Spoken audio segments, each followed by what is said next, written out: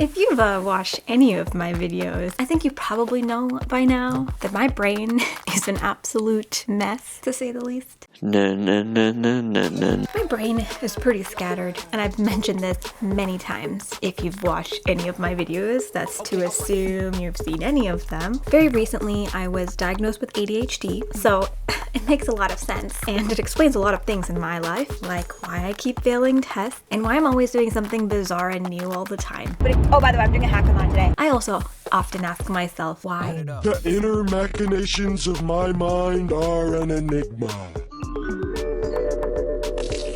My brain is always coming up with new ideas, which is great, but so many ideas that my physical presence body can't really keep up. And that's the problem. My brain wants every single idea possible done in this exact moment, or else I feel like an absolute failure. And my body can't keep up because physically, in the realm of time, it's just not possible to do all of the things that I want to do in this second and also be great at them at the exact same time. I just finished my first dance rehearsal thing. I'm a little scared about the time commitment because I feel like I always commit to a lot and I get very overwhelmed. But then, you know, at the same time, I also waste a bunch of fucking time on my Instagram. It becomes very difficult to want to do anything. That leads me into this exhausting loop of wanting to accomplish a million things in this moment, getting overwhelmed with that million things and giving up and not doing any of them, and then forgetting about the things that I wanted to do and move on to a completely new thing that I start on, which really leaves me to a series of a lot of unfinished projects. I'll tell you that. My life is a series of unfinished projects. I have been trying for years, probably 25 years. I'm 25 years old, probably for 25 years, trying to figure out how to organize and create systems for my brain and be successful at them. And I'll tell you, I've tried everything. I tried to do the whole wake up at 5 a.m. grind, and then I lowered my expectations to at least waking up at a reasonable hour.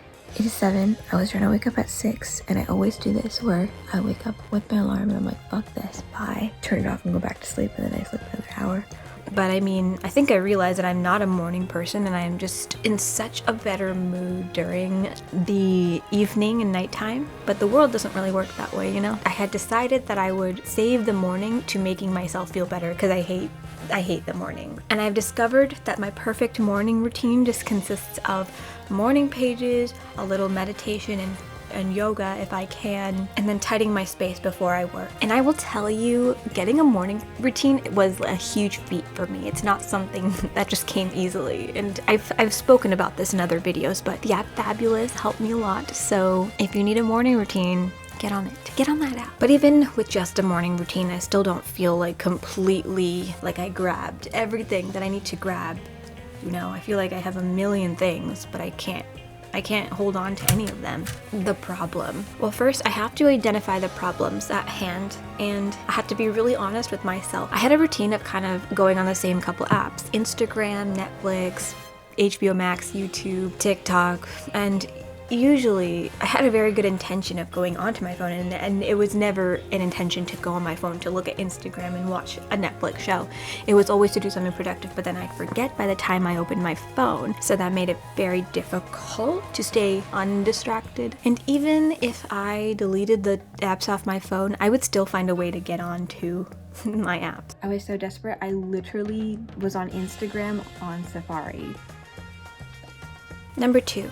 I didn't have any structure. I've tried the thing where I've had a hardcore schedule and a million things to do in the day, but that never was sustainable because I would often quit because I don't like to follow that close of a schedule. If I book something, then I'd be like, oh, I'm gonna do this every day at this time. Sure, that'll be a thing for a couple weeks, but I'll get bored of that thing really, really quickly. Hasn't worked for me. So I really know that I need to find the dance between structure and no structure. 3.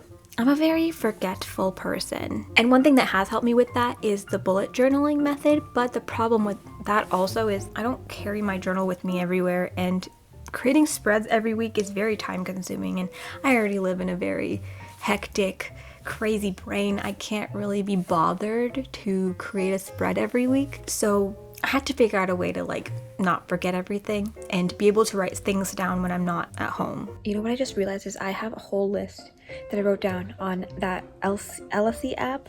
You guys, I'm an idiot. I'm gonna go start on that. After I graduated college, I no longer had the structure that school provided me. No more assignments, projects, tests that would keep me accountable to do the things that I needed to do. I mean, I have work, but work is different. But I didn't really understand how to organize everything that I wanted to do outside of work. And I struggle a lot because I feel like so unorganized, and everything that I tried to grab slipped out of my fingers so easily because I just knew that I wouldn't ever upkeep with it. Like I said, my life is a series of unfinished projects. What's the solution? It took me a really long time to get here, but I've tried many apps to help me with my problems. The issue is I could never be bothered to read the directions because I hate reading, and I've mentioned before I read at a 3rd grade level, so it never worked. So my goal, I've decided, is to make the things that I want to do easier and make the things that I don't want to do harder. I wanted to start creating systems in my life, and I was sad to find out that couldn't all be done in one day. I had to find what worked for me, which meant like trial and error, and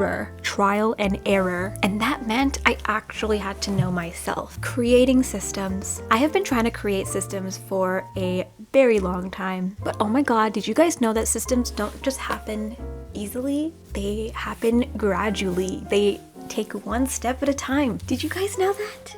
I didn't know that. First, of course, my first step was to create my routines through Fabulous, which was great, and I did it, and that was my baseline. You have to train a dog, just like I have to train my brain. Hear me out. When I was living in San Francisco, I used to go to a meditation group every Thursday. And honestly, lately, I just kind of started doing it automatically on Thursday evenings, and I don't meditate ever. That's how I got myself to meditate. Routines are good, and eventually they will become easier to do. You just have to trust yourself and do it. Because I'm telling you, I've never been able to have a morning routine, and this is exciting shit. And consistency helped, so I would feel better in the morning because I did the things that made me feel better. And then I found this app called LSC. It's basically a very simple bullet journal on your phone that you can just write down anything that you need to do.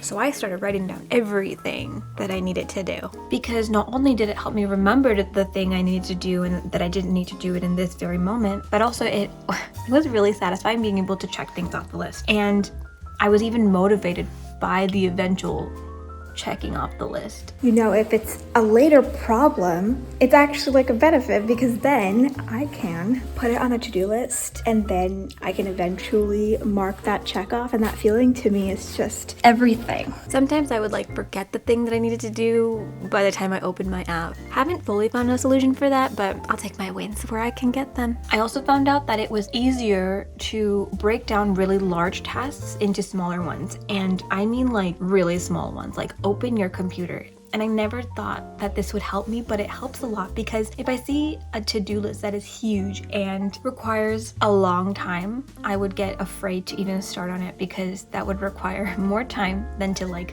do something that's a shorter task. So I started doing really, really small things on my to-do list, which gave me the motivation to complete that one thing. Then I get into completing other things. It was a trail of positive things, you know, that's good. I don't speak English.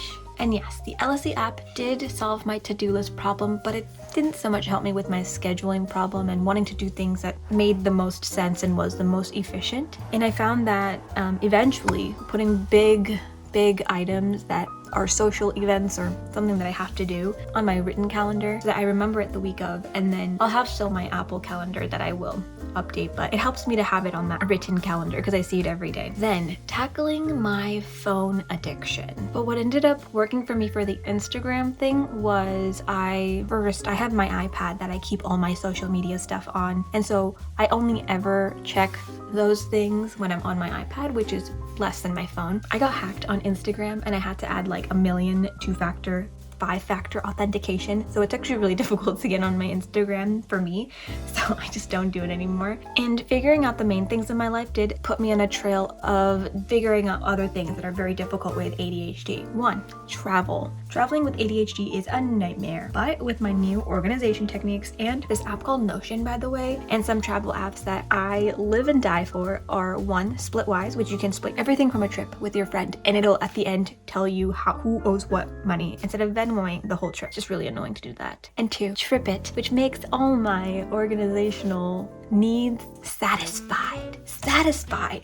And it makes travel a lot less scattered, I will tell you that. Cleanliness of my room. Another problem I've identified is the cleanliness of my room. And I've often said that the state of my room is a direct reflection of how I feel on the inside. And in having an organized room where everything has its place is so necessary for me because I lose things very easily. I'm a loser of items. But also, yeah, probably the other meaning too. But if I'm really stressed, my room probably looks really bad. You want to see the state of my room? It's bad. This happens every time.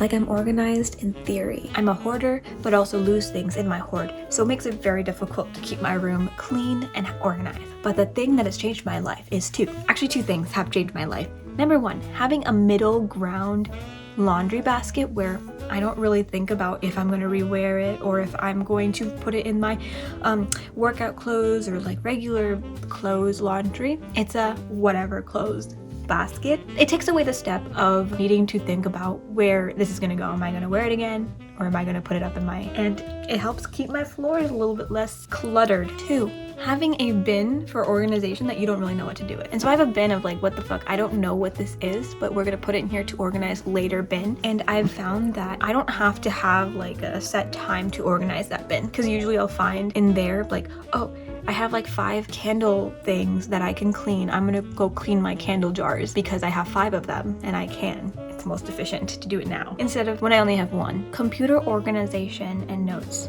Oh my gosh, so the most beautiful thing that I didn't realize is the Apple Notes app is actually super helpful and you can use it to organize your thoughts. Like I had to like put in some effort and look through my notes, but I finally came up with a solution to like have an organized notes app. And it's been really nice to be able to have an organized place where I keep all my notes. I have so many moments of feeling scattered, but even with all of those negative ADHD things, I'm still really grateful for my ADHD diagnosis because it helped me not feel so alone in this like brain, this crazy brain that I have.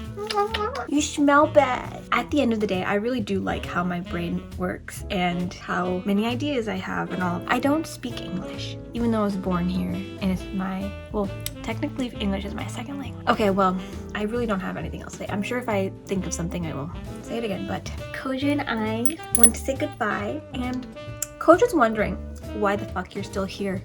Thank you for watching this entire video. I appreciate you. We appreciate you. Follow me on Instagram, subscribe to my channel, and I will see you guys in the next one. Bye.